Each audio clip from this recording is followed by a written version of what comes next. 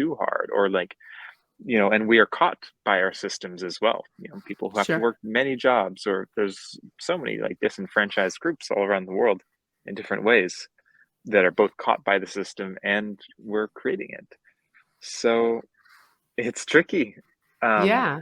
So what we're saying right now is, I think that most people will not really stop even to think, because they have so many things to handle, and they have their job, and this is how they make money and do whatever they need, and most of the time they don't even stop. It doesn't matter if they're leaders or workers, it doesn't matter. Just thinking about, yeah, why am I doing it, where am I going, and what's my purpose, right? It's yeah. like we're in auto mode all the Mm. time, moving without even stopping, especially because we're moving so fast. When you're running, you cannot even see the view. Mhm.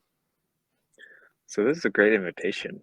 It's also a great invitation for me because I also often feel caught by busyness. Like my schedule fills up and people use the Calendly, and suddenly, you know, the entire day, back-to-back meetings, and that's normal. Um, but what do we actually need as a company or as a species or your company is people who have a deep felt sense of what needs to happen, and a deep felt sense of being able to stay current, not being able to predict the future, know everything that needs to happen in 5 years, but just what needs to happen right now. And if there's any responsibility that I have, it's just being able to stay current with that feeling and remain in touch with myself so that we can actually go move forward. And yeah, the rush, Yeah. it's not good. And it's No. sort of like, I mean, there's a lot of good reasons for it because people need housing and people, you need to feed your family. And like, so everyone's caught by the system. It doesn't mean the Right. system is the best one. So Yeah. we have to change ourselves, and we also have to change the system. Yeah. And it seems like many people, when they're thinking about these, like, they want a easy fix, right? So they're saying, like, I can do something really fast, and then I'll, like, I will buy something organic because I think it's Mhm. better. Or like, it's like taking medications, instead of changing your life, right? You could take something Mhm. like, to maintain your body, instead of like changing the environment and the way that you live. So I feel that people are so used to easy fix and doing things really fast. I heard not long ago that people are breathing much faster right now, in this, like, from 100 years ago. It's not like, so long. So people breathe more, Wow. and more shallow, and more breaths per minute. And it's because they're so stressed, because they're moving so fast, and your body cannot be like Mhm. optimized when they're doing that.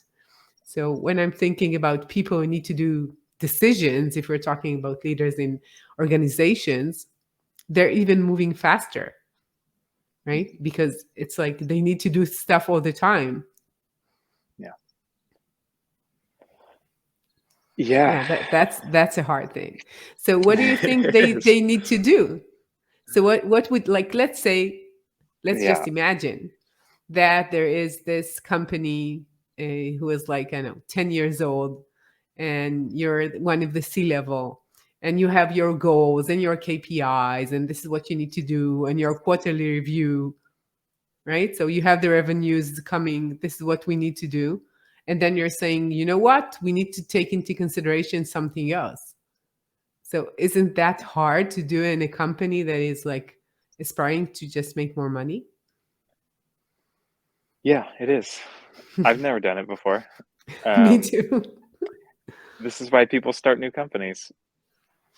Yeah. And I do think there's something that is very hard to change once there's a certain amount of inertia and people's livelihoods um, don't want to change.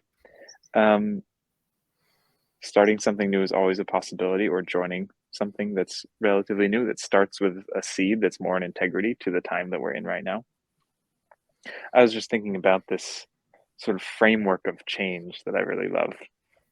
It's not Mhm. mine, but it's the classic, you give a man a fish and he eats for a day. You teach a man how to fish and he eats for life. Yeah. And then the sort of more interesting levels, which is like, well, then actually, why does the guy have to drive 50 miles and there aren't fish in the ocean anyway? And so, sort of the systemic or ecological level of why things are so hard. And then what is like the fourth level is more of a narrative level, which is what is it that the human being believes inside itself that has caused an ecological crisis that is um, making things challenging all over the planet. And that's sort of a hard layer to address. And that's sort of what you're asking about right now is like, how do we fundamentally change the DNA of an organization rather than just put band-aids everywhere and act like it's changed? Um, and there's no easy answer to this. This is the evolution of consciousness. Um, Mhm. and maybe it takes a really long time. It's more like in the meantime, let's just mirror our best moments in the systems that we create and grow in the meantime. Because it's just as much a relational issue, between men and women and lovers and children and elders, and it's like every layer um, is undergoing some level of healing or needs to be current Mhm. with where we are right now. So when we're talking about this meantime, so other than regeneration of plants, what is like the biggest solution? How do we solve what we need to solve right now with climate change? Yeah. What would be the